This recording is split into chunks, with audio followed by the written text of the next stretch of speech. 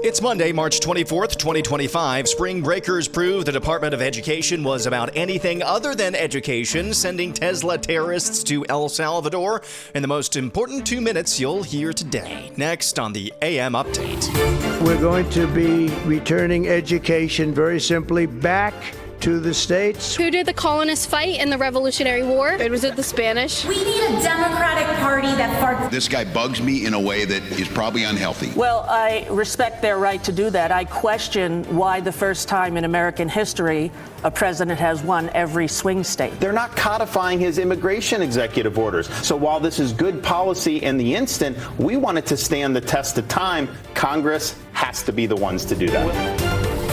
President Trump signed an executive order since we last spoke, abolishing the Department of Education. We're going to be returning education very simply back to the states where it belongs, and this is a very popular thing to do, but much more importantly, it's a common sense thing to do, and it's going to work. Absolutely, it's going to work, and I can tell you from dealing with the governors and others in the state, they want it so badly. They want to take their children back and really teach their children individually. Trump also announced on Friday that some of the education department's remaining duties are going to be turned over to other federal agencies. The education department oversees $1.6 trillion in federally backed student loans that will now be transferred under the Small Business Administration's authority. Trump also revealed that the Health and Human Services Department would also handle programs regarding nutrition and students with special needs. Independent journalist Caitlin Bennett went to a spring break location, a hotspot,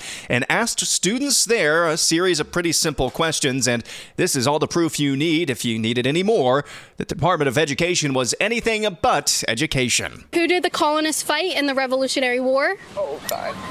In the Revolutionary War? It was, I don't know if this is right. I mean, it sounds so stupid. Was it the Spanish? Wait, what are your majors? Business. Biology. Okay. elementary education. Oh. What shape is the U.S. Pentagon building? Isn't it just a square? How many U.S. senators are there? 6, 7. How many amendments are in the Bill of Rights? There's a lot. I know 17. Who won the Civil War? Oh, shoot. It's East or West, right? Dear God, we are in trouble.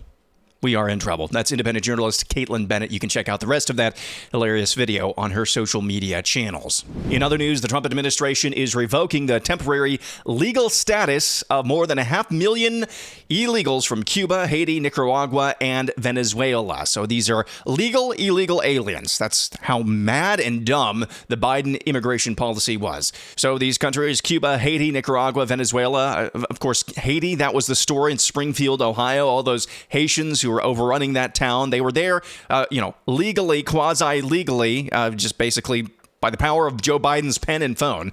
Roughly 532,000 illegals have been told to leave the country before their humanitarian parole accompanying work permits are canceled on April 24th, giving them a month from when the notice is formally published March 25th. The illegals were allowed to fly directly into the United States after applying from abroad under a policy started during the Biden administration that was designed to open legal migration pathways, but President Trump suspended the program when he returned to office. So these were these flights of illegals that Joe Biden just somehow magically okayed, a pathway to citizenship because Joe Biden said so.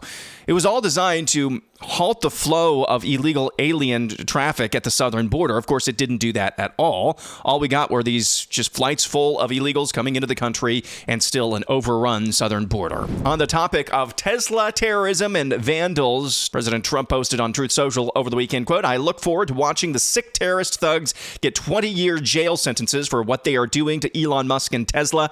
Perhaps they could serve them in the prisons of El Salvador, which have become so recently famous for such lovely conditions." Of course, that post was met with the usual pearl-clutching brigade. These are citizens. You can't send them across the country. You can't send them to international prisons. I don't know. It seems like maybe the most populist idea of all time to send domestic terrorists to places like Gitmo or El Salvador. White House Deputy Chief of Staff Stephen Miller actually responding to the most recent, or one of the most recent examples of Tesla terrorism, wherein a man driving in a Subaru stopped in front of a Tesla, got out of his car and approached the Tesla owner, trying to intimidate that poor woman. Stephen Miller said, quote, "A growing portion of the hard left has been violently radicalized. The left must never be returned to a position of national power." 100% on the money. And here's what this means. Stephen Miller saying the left can't return to a position of national power. That is not hyperbolic. That's not even remotely controversial in my mind. I mean, the Obama regime sued nuns. The Biden autopen regime raided and locked up pro-lifers. Now we've got Tesla terrorists seemingly all over the country. It's not too hard to imagine what's next given that trajectory.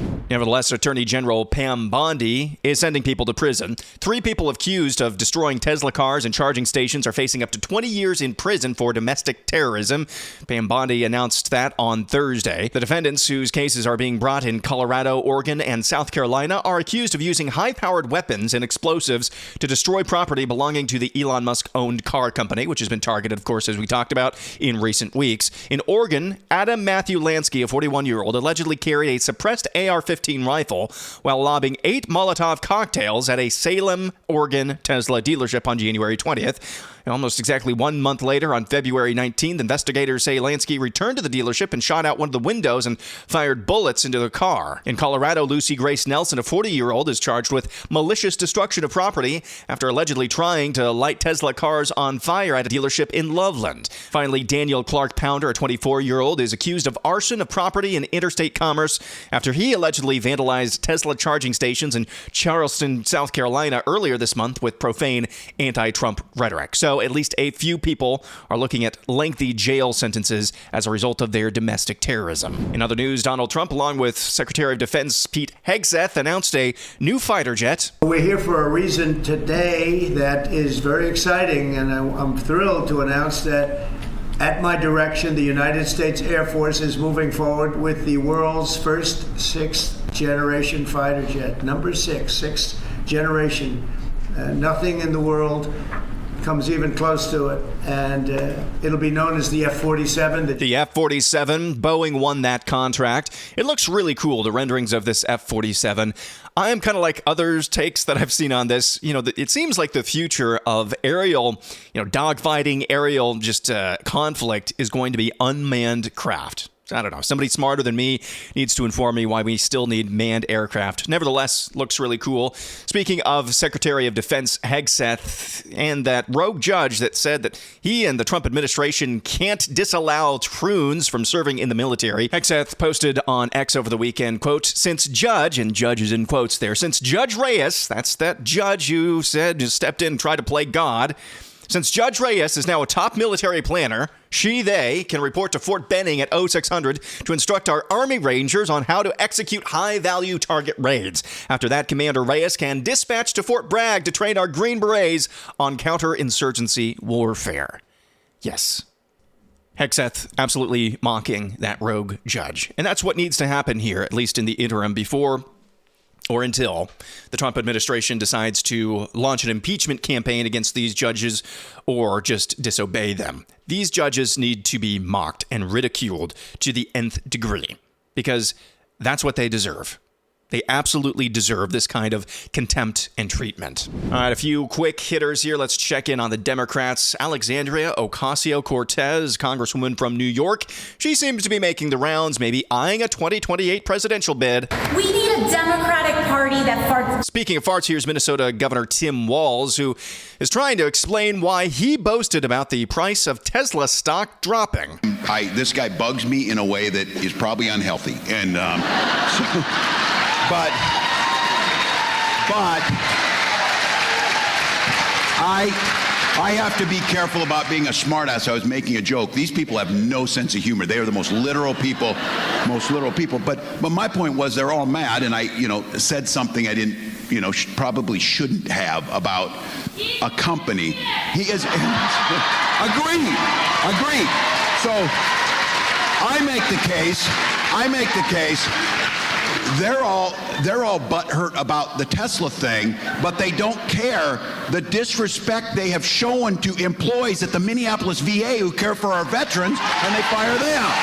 So Tim Walz, that's about as close to an apology and saying, I probably shouldn't have bragged about a company's stock price falling when our own state has millions of shares in our pension fund, millions of shares in that company. It's just the number of times that guy calls himself a knucklehead without calling himself a knucklehead. Actually, he did actually call himself a knucklehead once. I forgot about that. It's just astounding. Just the absolute unmitigated rage and contempt that he has for anybody not blue is amazing. And finally, this, before we hit our first break, the least surprising news of all time. Rosie O'Donnell, now in Ireland, joined an Irish late-night television program. You know, a lot of people did vote for him. Yes. Do you accept their right to do that and their opinion of him? Well, I respect their right to do that. I question why the first time in American history a president has won every swing state and is also best friends, and his largest donor was a man who owns and runs the internet. So I would hope that that would be investigated and that we election denier, insurrectionist. Am I doing this right? No. Least surprising news of all time. Rosie O'Donnell hits the breeze, goes to Ireland, goes on television in Ireland and says the election was stolen. It's because they lost. Now, I don't think that the 2020 election still was on the up and up. But if you didn't think that Democrats like her would just turn right around and say 2024 was stolen, I don't know. I've got a lab in Wuhan to sell you. All right, when we come back, one of the coolest things you'll hear all week, an update on Pope Francis, and the old magic is still undefeated. That's coming up next.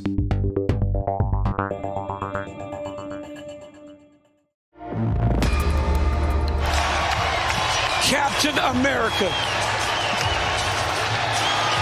Captain America. Rob, I can't believe it. My jaw's on the floor. That is the call at the NCAA Wrestling National Championships of Wyatt Hendrickson in the heavyweight division. Pulling one of the biggest upsets in NCAA wrestling history, turning to President Trump, who was in attendance in the crowd, and saluting him. Now, Wyatt Hendrickson, he wrestles for Oklahoma State University. He's actually a second lieutenant in the U.S. Air Force. What a cool, incredible scene that is. And you could see as Hendrickson turned to President Trump to salute him, President Trump was just brimming with pride and happiness at that moment. Very cool stuff. International news, Pope Francis has returned to the Vatican after surviving a 5-week battle in the hospital against double pneumonia that became the most serious health crisis of his 12-year papacy. The 88-year-old Pope, who also made his first public appearance since February 14th before being discharged from Rome's Gemelli Hospital, left the facility shortly after noon. The car carrying the pontiff was accompanied by police vehicles through Rome, making a short detour to take flowers to the Basilica of St. Mary Major, a church to which Francis has a special devotion and visits frequently. So Pope Francis now out of the hospital. It was looking tenuous there at best. I mean, there were some pretty serious conversations, and I know that were being had about what's going to happen next, because it looked like he was not long for this world. He's now out of the hospital and back doing his duties as normal.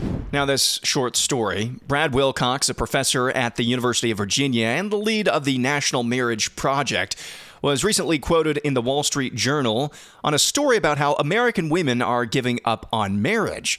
Wilcox talks about the major demographic shifts that have put men and women on divergent paths. Wilcox is quoted as saying, quote, "Women are doing comparatively well when it comes to education and their early years in the labor force, and men are doing comparatively badly. That creates a mismatch because people prefer to date in terms of comparable education or income." Wilcox went on to cite the most recent stats in terms of happiness and women and which groups are most happy and which groups aren't. There is no group of women happier than married moms with children, and there is no group of women less happy than single, childless women. Courtesy of Brad Wilcox at the National Marriage Project, some data and quotes from a recent story in the Wall Street Journal. Again, our society for a generation has sold a lie to both sexes. The lie that it's sold, I think, to young men for way too long is this idea of arrested development, that you can just be Peter Pan for your entire life and you never really have to grow up. To the women, it's sold a message of you can be a wife, mother, and power broker in the corporate world. That's what true fulfillment looks like. And now it's created just a complete and total mismatch where women can't find men probably worthy of them because they have already engaged in their climbing the corporate ladder, and men can't find great jobs, and they're not attractive to the aforementioned women. That's just a witch's brew of dysfunction right there. And again, it's borne out through the data. The old magic is undefeated. The most happy women are married moms with children. The least happy women are single and childless. And now here's this. Florida Governor Ron DeSantis joined Laura Ingraham on Fox News and absolutely torched Congress for not even attempting to codify President Trump's executive actions into law. This might be the most important 2 minutes you'll hear all week. And whatever they've done thus far, which has been intrusive, they will do more in the future. And so we know this just hasn't worked. Send the money to the states. Let us make the decisions. Congress is going to ultimately have to take the step, yes, to really shut it down. I think what President Trump can do is I think he can, from the inside, neuter the organization. But it will not be wiped off the statute books by an executive order. That has got to come from the Congress. First, let's give President Trump credit. We've been talking about for 40 years, Republicans. Since I was at the Department of Education. Getting rid of it, and it's never happened. This is the biggest step by far. But the congressmen all run saying you can't win a Republican primary in this country as a Republican saying you want to keep the Department of Education. So it should be a no-brainer. And so why aren't they voting to codify? But this is like so many other things President Trump's done. They're not codifying his immigration executive orders. They're not codifying these things. So while this is good policy in the instant, we want it to stand the test of time. Congress has to be the ones to do that. Will they? Do you think? If history is any judge, probably not. I mean, we're talking about the courts. The court's as good as anyone. Limit the jurisdiction. Congress can limit the jurisdiction of the courts. That is plain in the Constitution. It doesn't require 67 votes in the Senate. You can attach it to a CR. You can attach it to a must-pass bill. And here's the thing. If somehow you tried to do that and maybe it just didn't work, then I think our voters would at least understand. They're not even trying any of this stuff. It's infuriating. We knew these leftist judges were going to do what they're doing. Everybody predicted that. President Trump knew that. This was one where the Congress is basically, and what are they? They're on 2 weeks of vacation now. Really? That must be nice. Yeah. I think they got a lot of work to do. Most of them are in your state of Florida vacationing. Governor, hey, great. The most important 2 minutes you'll hear all week, because I'm still pretty much over the moon about what I'm seeing from the Trump administration. They're basically doing all they can in their control, executively, to enact his agenda. And by and large, most Republicans in Congress are enjoying the tailwinds that this administration still has, while doing absolutely nothing to ensure that those tailwinds remain permanent. Now, this was always going to be a problem. Really, we knew this from election night onwards. Such a slim majority in the House, yes.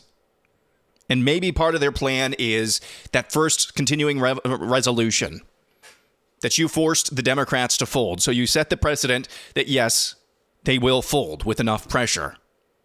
So the next time there's a continuing resolution, the next time there's a bill that you want to pass, you've already set the precedent that they will fold so you can get better bills through both chambers. It is a cesspool. Congress is broken, yes. But this is also a two-way street. I wonder soon if we will see the Trump administration and Donald Trump himself, if there's an appetite for a political fight with his own party, just to keep everybody on notice. We're not going to get some sort of wholesale change in the way Congress does business in 4 years. Heck, we might not even get that if we had the same situation, even slightly better situation for the next 14 years. We're not going to get Congress back to what it should be. But we've got to start somewhere, and that somewhere is baby steps. So good for Florida Governor Ron DeSantis just calling out pretty much the obvious there. Congress has to act. They have to step up to make these changes, Donald Trump's agenda, permanent. All right, when we come back, some reaction to Friday's special edition of the AM Update. That's coming up next.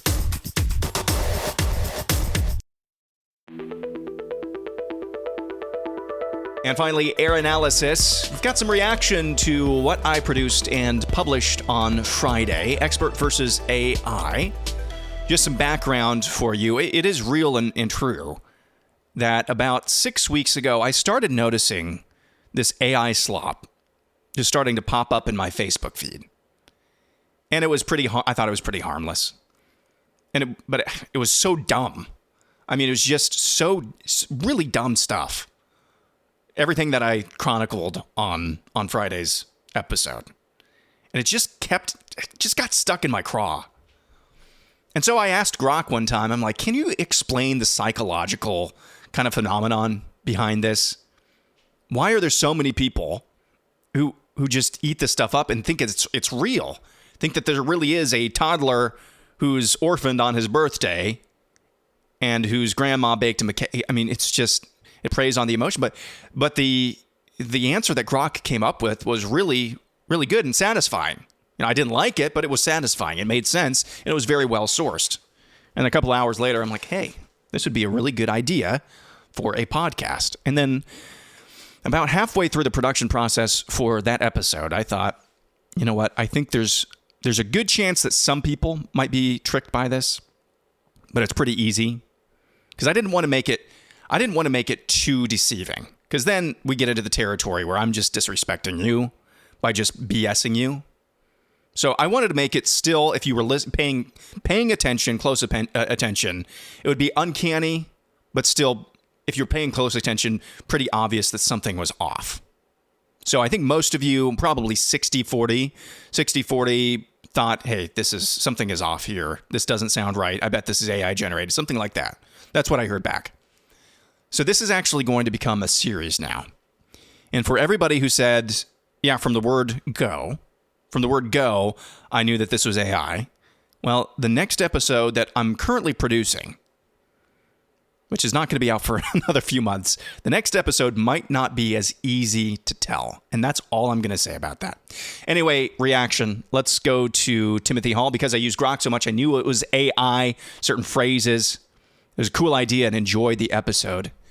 Dirk, who just delights in finding new things to complain about. Another red flag was the terrible audio quality. Well, Dirk, Professor Hartwood was using a landline phone in the middle of Scotland. And international calls are not exactly known for having high audio fidelity. So, again, Dirk just delights in finding ways to complain. Froximus Maximus says, great episode and interesting content. However, somewhat creepy way to start my Friday. Karen says, brilliant. Stupid Ozil says, I don't see much of this on social media, Stu, maybe you should start looking a little bit more carefully. Maybe you're seeing it and you don't even realize it. Mrs. Dizzy Font says, good one. And John Roy says, how do we know Aaron isn't the AI? You don't. No, you do. Most of you caught on to the bit. I think the next installment in the series, exact same format, just different. That's probably going to be coming up end of June, early July. Hope you have a wonderful Monday. Thank you for listening. Catch you back here again tomorrow. I'm Aaron McIntire, and this is the AM Update.